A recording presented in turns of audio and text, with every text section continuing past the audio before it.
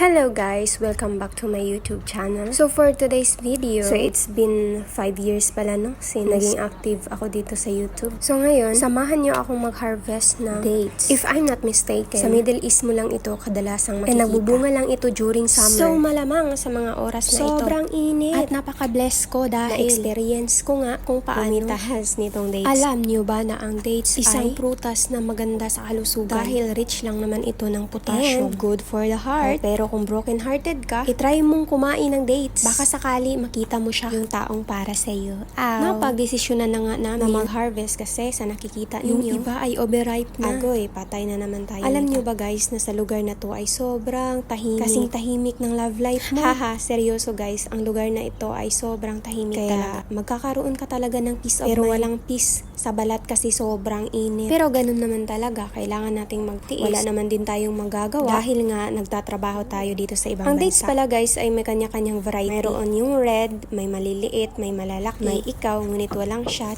Pero honestly, nalilibang talaga ako kapag nag-harvest ako nitong dates. Kumbaga na-amaze ako dahil sa sobrang tamis ng prutas na ito. Kaya naisip ko sobrang amazing talaga si God. Amazing yung mga ginawa niya para sa atin. Hindi lang basta makain, may malaki pa itong benepisyo sa ating kalusugan. Sa puno pala na ito guys ay hindi pa masyadong madami yung dahil nga katulad ng sinabi ko, may kanya-kanya itong variety. At hindi ito magkakasabay na nahihinog. Kaya para makita mo yung hinog, kailangan mo tingnan doon sa pinakailalim niya. Tsaka pagkatapos, takpan mo ulit siya para hindi siya ubusin ng mga ibon. Pero sure naman din ako na hindi ito mauubos ng mga ibon. Bago nila ito maubos, magkaka-diabetes na sila. Dito pala sa Middle East guys, kapag ka-summer, napakainit. Umaabot lang naman ng 52 ang temperature. O diba? Sobrang hot. Pero carry lang naman. So tingnan nyo, ang dates na to guys, brown siya, brown color. Magkakaiba kasi sila ng mga karakteristik, bawat variety. Parang mga tao lang din yan. Magkakaiba ng ugali. Yung iba mabait, yung iba marites. Haha. Char lang guys. Ang dates naman na ito ay parang hindi ko gusto. Kasi sobrang niyang